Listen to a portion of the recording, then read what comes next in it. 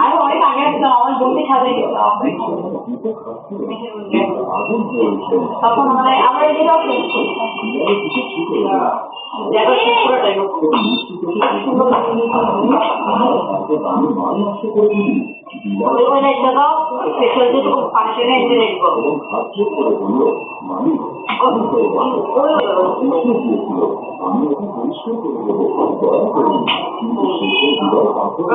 পানি না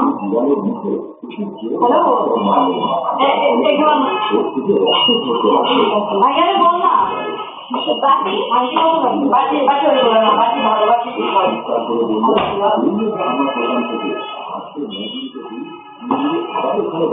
কত লাগবো রেডি করো হ্যাঁ কিছু আগে বলেছি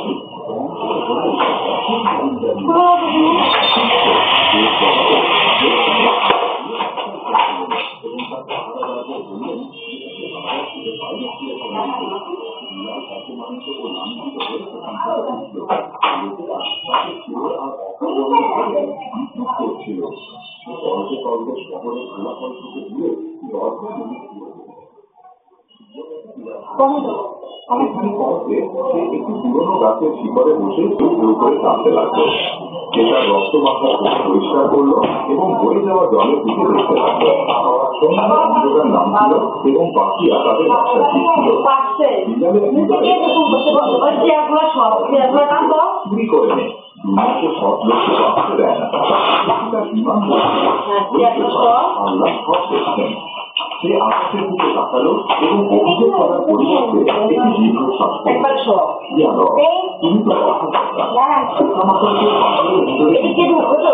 কপালে আমার মায়ের ওষুধপত্র যখন সে এই চিন্তা ভুলেছিল তখন লাঠি ঠোকার খপ খপ শব্দ এলো।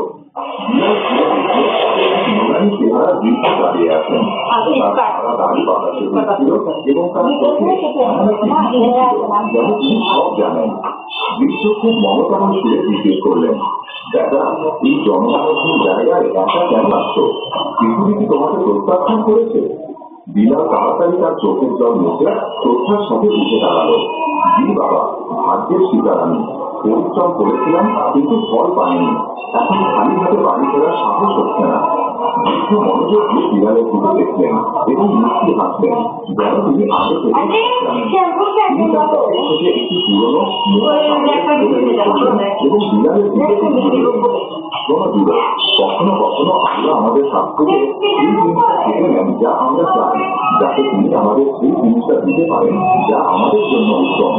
এই ঘড়িটা রাখো, এতে এত টাকা আছে যে তোমার মায়ের ওষুধ এবং কিছুদিনের বেতন হয়ে যাবে। বিলাল অবাক হয়ে ঘড়িটা দেখলো এবং নিজে নিজে ছোট করলো। কিন্তু বাবা, আমি কিছু নিই না, আমি পরিশ্রম করতে চাই। বৃদ্ধের হাসি আরো গভীর হলো। এটা বৃদ্ধে নয় বাবা, এটা কর্মে পাতা না, শুভই মনে করো, অথবা আগত সময়ের অগ্রিম মজুরি। কারণ কাল ভোরে বছরের পর আমি তোমায়